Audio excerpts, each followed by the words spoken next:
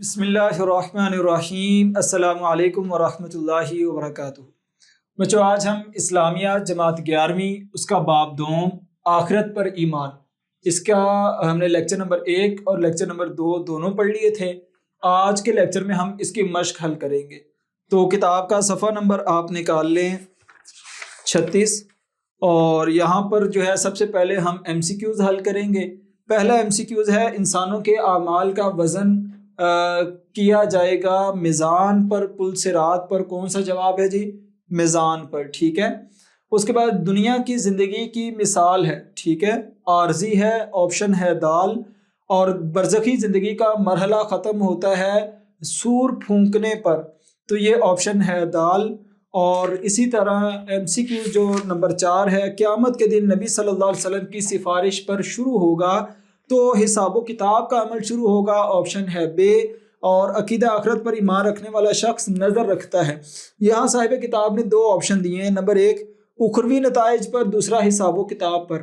تو یاد رکھیں دونوں ہی آپشن ٹھیک ہے، قدرے بہتر ہے، تو اخروی نتائج زیادہ بہتر ہے۔ تو ہر بندہ حساب و کتاب ذہن میں رکھتا ہے کہ کل کو مجھے اس کا حساب دینا پڑے گا، اور اخروی نتائج بھی سامنے رکھتا ہے۔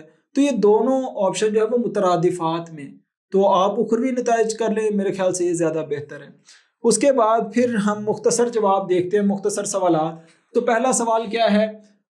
عقیدہ آخرت کے متعلق قرآن کریم کی تعلیمات مختصراً تحریر کریں۔ تو آپ نے یہاں پہ 2 آیات، 1 سے 2 آیات، اور پھر ان کی مختصر سی وضاحت بیان کرنی ہے کہ قرآن مجید میں جو عقائد بیان کیے گئے ہیں، یا قرآن مجید کے جو اہم مضامین ہیں، ان میں سے ایک مضمون عقیدہ آخرت ہے۔ اللہ تعالیٰ نے انسان کو پیدا کر کے اس کے حساب و کتاب اور اس کے آخرت کا انتظام کیا ہے، اور اس کے متعلق بار بار قرآن مجید میں آیات ہیں۔ آپ 1-2 آیات کا ترجمہ لکھ دیں، تو سبق میں کئی آیات آپ کے سامنے لکھی ہوئی ہیں، تو آپ اس میں سے کوئی بھی 2 لکھ دیں۔ اس کے بعد سوال نمبر 2 ہے آخرت میں مسلمانوں کو کس قسم کی نعمتوں سے نوازا جائے گا؟ تو یہ جنت اور جہنم والا جو یہاں پہ پیراگراف ہے، تو آپ نے یہاں اس میں سے تلاش کرنا ہے، ٹھیک ہے۔ تو یہاں یہ صفحہ نمبر 34 اور آخری پیراگراف میں بتایا گیا ہے کہ پانی جو ہے وہ ایسا دیا جائے گا، وہ دودھ سے زیادہ جو ہے وہ سفید ہوگا، برف سے زیادہ ٹھنڈا ہوگا، شہد سے زیادہ میٹھا ہوگا۔ اس طرح کی نعمتیں صرف مومنوں کو دی جائیں گی، کافر اس سے محروم کیے جائیں گے۔ یہ صفحہ نمبر 34 پر آپ کو اس کا جواب مل جائے گا آخری پیراگراف میں۔ اسی طرح قرآن کریم نے مشرکین کے دوبارہ زندہ کیے جانے کے شبہات کا کیسے رد کیا ہے؟ تو یہ کتاب کا صفحہ نمبر آپ 33 نکالیں، اور یہ آخری آیت آپ کو نظر آ رہی ہوگی آخر میں۔ یہاں پر بتایا گیا کہ مشرکین کہتے ہیں کہ ہمیں دوبارہ کیسے زندہ کیا جائے گا؟ اللہ تعالیٰ نے قرآن مجید میں فرما دیا سورہ روم کی آیت نمبر 27 میں کہ اللہ تعالیٰ وہ ذات ہے جس نے تمہیں پہلی مرتبہ پیدا کیا اور وہ دوبارہ بھی پیدا کر سکتا ہے۔ تو یہ اس پر زیادہ آسان ہے، کتاب کا صفحہ نمبر 33، اس پر آپ کو یہ جواب ملے گا۔ حوض کوثر کے بارے میں مختصراً تحریر کریں۔ میں نے آپ کو بتایا تھا یہاں پر یہ جو جنت آخرت کے مراحل ہیں، یہاں پر آپ کو حوض کوثر والا پیراگراف ملے گا۔ تو میں نے آپ کو بتایا تھا حوض کوثر جنت کی نہر ہے، جو کہ نبی صلی اللہ علیہ وسلم کو جو حوض دیا جائے گا، اس میں جو پانی ہوگا وہ اس جنت کی نہر میں سے آئے گا، ٹھیک ہے۔ اور اس کی صفات میں نے آپ کو بتا دی تھی، پانی اتنا ٹھنڈا ہوگا کہ وہ برف سے زیادہ ٹھنڈا، دودھ سے زیادہ سفید، شہد سے زیادہ میٹھا، اور جو بندہ اس کو پی لے گا وہ پورا، یعنی کہ قیامت کا دن 50,000 سال کا دن ہے، اس میں اس کو کبھی پیاس نہیں لگے گی۔ اس کے بعد پھر شفاعت کبریٰ سے کیا مراد ہے؟ تو شفاعت کی 2 قسمیں، ایک شفاعت صغریٰ جو کہ ہر ایک انسان کو، انبیاء کو، شہداء کو، نیک لوگوں کو سفارش کا حق دیا جائے گا۔ شفاعت کبریٰ سے مراد نبی صلی اللہ علیہ وسلم کی وہ سفارش ہے جو پوری انسانیت کے حساب و کتاب کے لیے ہوگی۔ جب حساب و کتاب شروع نہیں ہوگا تو نبی صلی اللہ علیہ وسلم سفارش کریں گے، تو آپ صلی اللہ علیہ وسلم کی سفارش سے شروع ہوگا۔ کتاب کا صفحہ نمبر 35 اور یہاں پر یہ ہیڈنگ موجود ہے، تو آپ نے یہ تحریر کرنا ہے، ٹھیک ہے۔ اب سوال ہے عقیدہ آخرت پر مفصل نوٹ لکھیں۔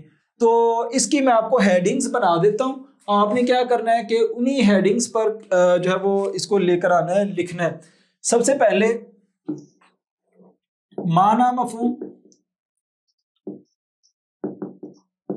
پھر اس کی اہمیت، پھر دلائل اس کے آ جائیں گے۔ آپ دلائل اس میں بھی لا سکتے ہیں، اور یہاں پر مشرکین کے اعتراضات،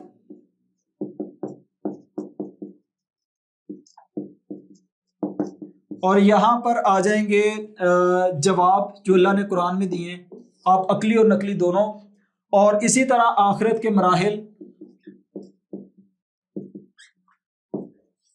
اور اس کے بعد اس کے آپ نے چند اثرات، عقیدہ آخرت کے اثرات چند ایک ذکر کر دینے۔